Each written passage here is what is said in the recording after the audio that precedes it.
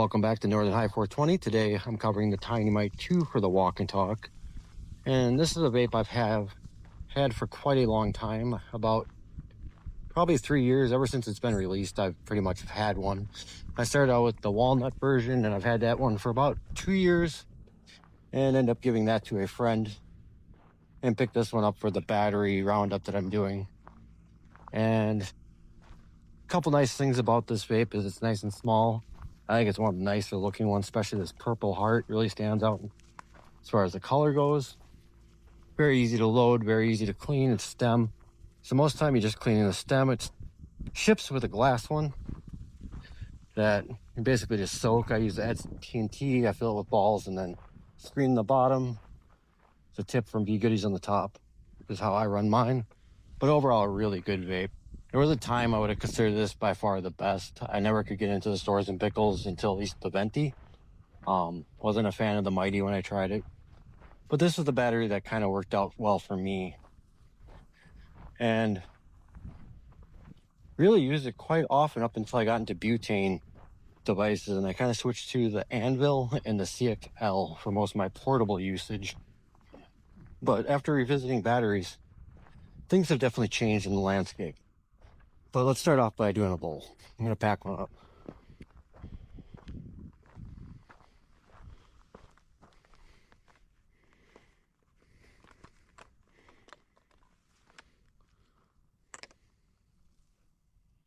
Hello, buddy.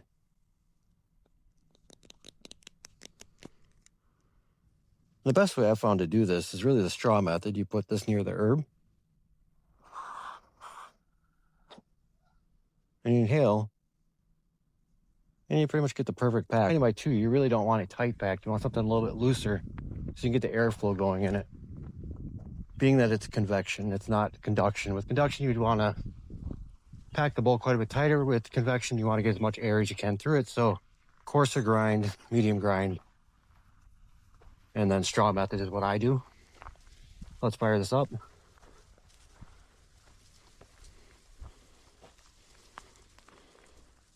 I'm going to dial this down to 9 so it's not on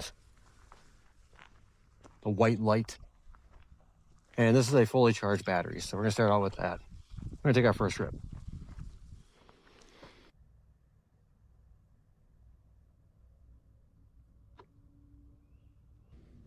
So that hit was really good. The flavor on this one, it's really hard to beat. It's in my top 3, I would say, for battery portables. I would consider the Tafe Bowl Series 2 and the Back X to be better tasting, and the Solo 3 to be very similar. Some of the other things I liked about the Tiny Mite 2 was the very fast heat up time. I know I just mentioned that, but that is one of the main selling points when I first got it. I hated waiting for vapes to heat up. I tend to want to just get my bowl and get out, especially when I'm using a portable, because I tend to be doing it more like in public settings where I don't want to just be sitting on a bowl for 10 minutes. So let's go take our second puff and we'll get this heated up again. As far as power goes, this one might be the best one. As far as power, the Frolic and this are right neck and neck.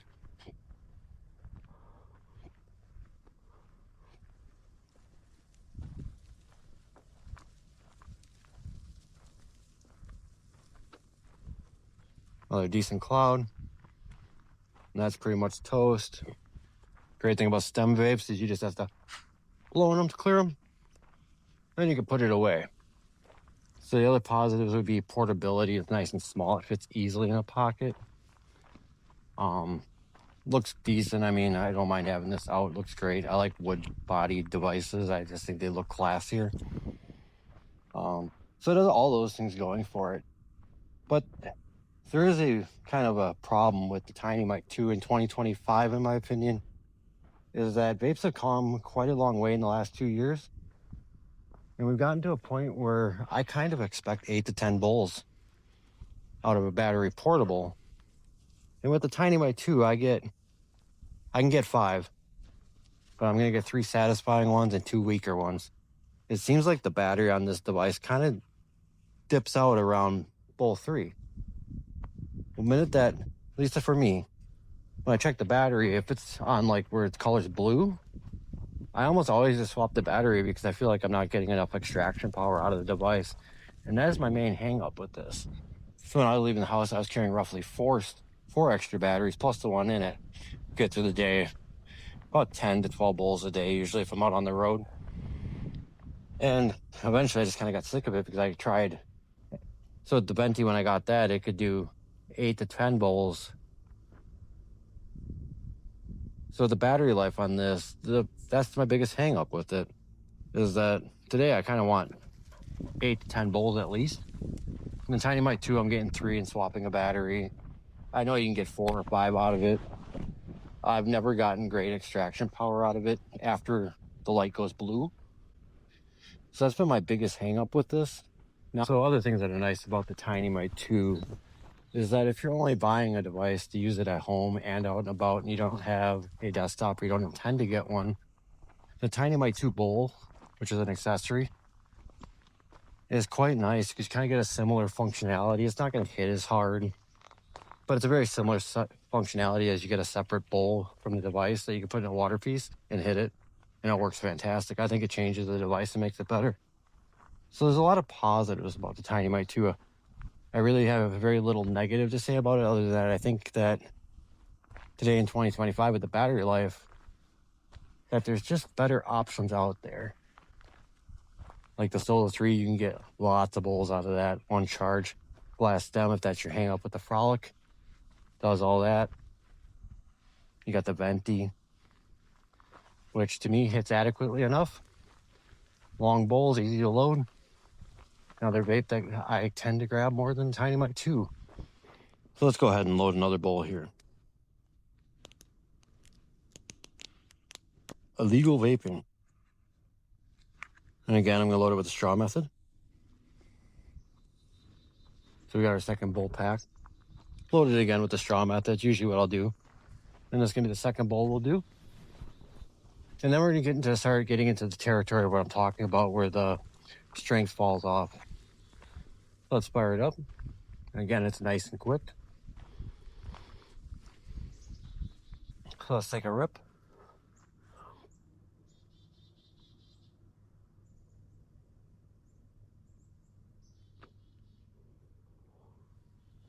Vapor again tastes great. Really consistent with a Tiny Mite 2 that way.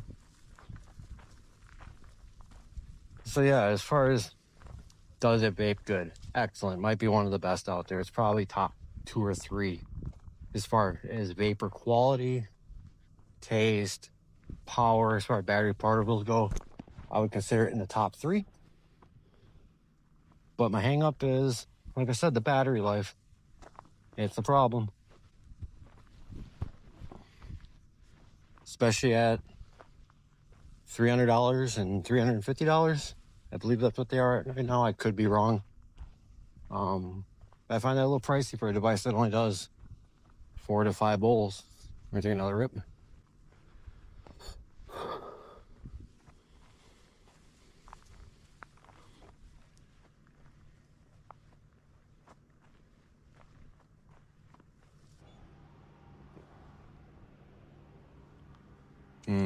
Again, tastes great. Every time I use this vape, it reminds me how good it is. It's really, really a tough one to beat. But if I were buying this one today, I would probably pick it up on the used market and save a little money.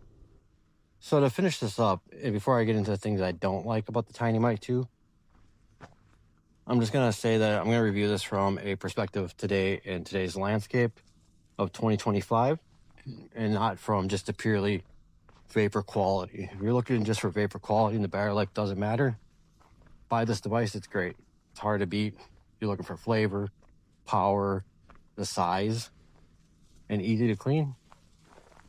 It's going to be in the top 2 in most of those categories, in my opinion. Now, when you get into 2025 and how the battery life has increased across most of these portables, now it's getting more tricky because it's very expensive. If this was $250, it would be probably a little higher on my list. When it comes out, I already kind of know where it's going to end up. But right now, I kind of want a little more battery life. So currently, I would for sure choose, if I'm leaving the house, the Venti. the Frolic, probably even the Lobo, and the Solo 3. Mostly from a perspective, I just don't want to carry a bunch of other batteries, and the Solo 3 typically won't be in that conversation either. Kind of how I look at it. If I were looking at it from, I mainly vape at home. I don't mind carrying extra batteries with a few times I do take it out.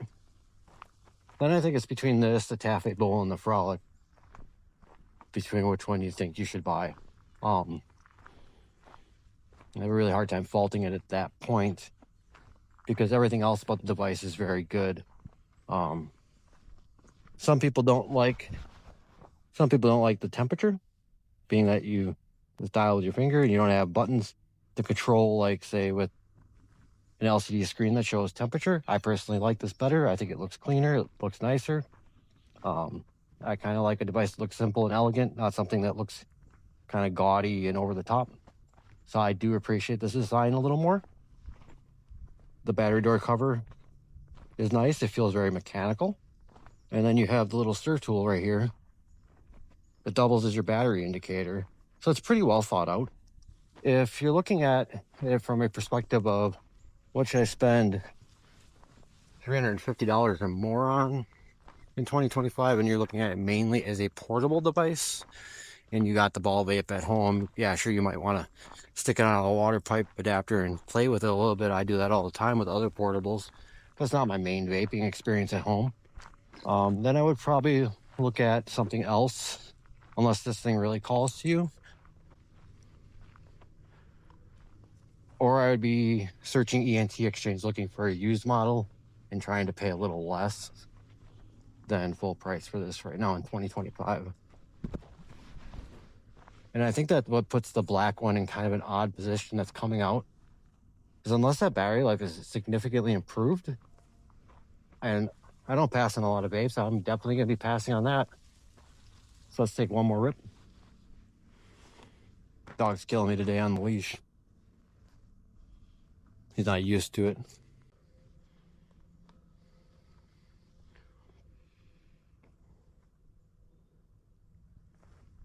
And I got a nice big cloud. Yeah, I love this device. I will be keeping mine more than likely just for the collection. I don't usually get rid of wood body devices. I tend to hold on to them more. But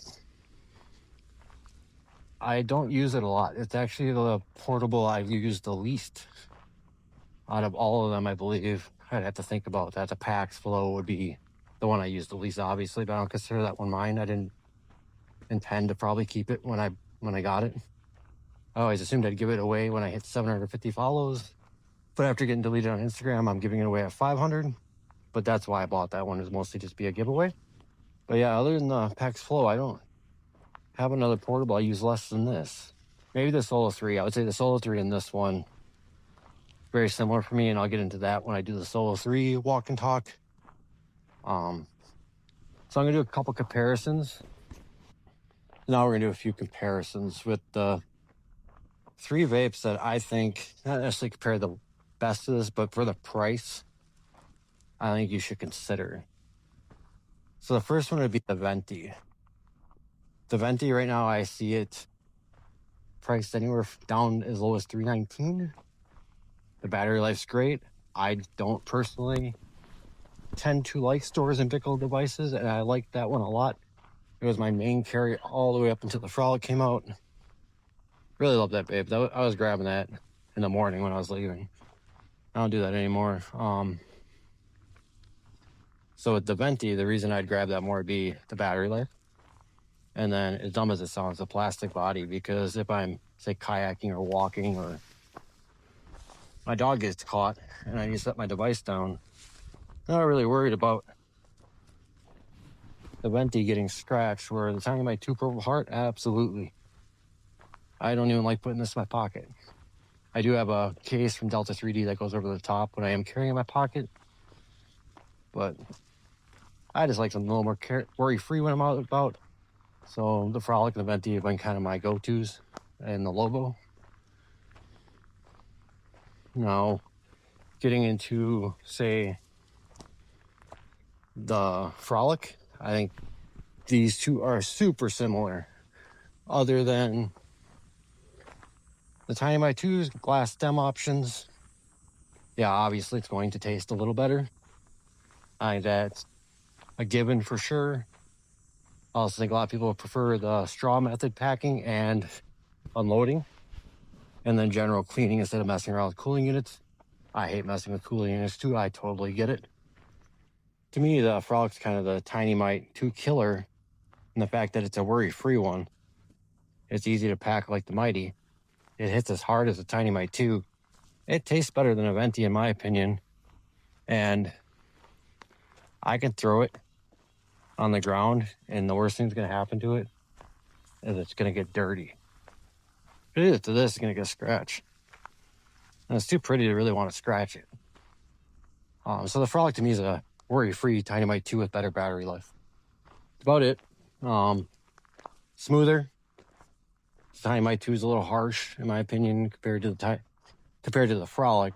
I kind of like a harsher vape, so Tiny Mite 2 is usually up my alley that way. It's just the battery life kills me. And then the last one I would compare it to would be the Solo 3, because glass stem. Solo 3 is significantly bigger. The battery life is great, and the price is much better. I see the Solo 3 down in the 200 range, and that's kind of hard to beat. So as far as flavor, I hear people say it gets much better flavor than most vapes. For me, I'll explain my experiences with it. But it's definitely another viable option. I've heard enough good things about it that I don't doubt that the people that know how to use that device correctly are getting great results. I just have not. So they're really the three that I would compare it the best against. So to finish up with the Tiny Mite 2, great device. Have nothing really bad to say about this device at all, other than battery life. Yeah, it's one of my favorite ones to look at. I think it's one of the nicest looking ones. I think it works better than just about any vape out there in a portable space. It just doesn't quite make the reach because of the battery life. That's literally the only bad thing I have to say about it. But like I said, if you vape at home mostly and you don't mind carrying batteries, this is still a very good vape to buy in 2025. If you're looking for a portable option, I would pass personally. I think there's better devices out there in that regard until they update this and fix the battery life. Till next time, thank you for watching. I'll see you guys next time. Later.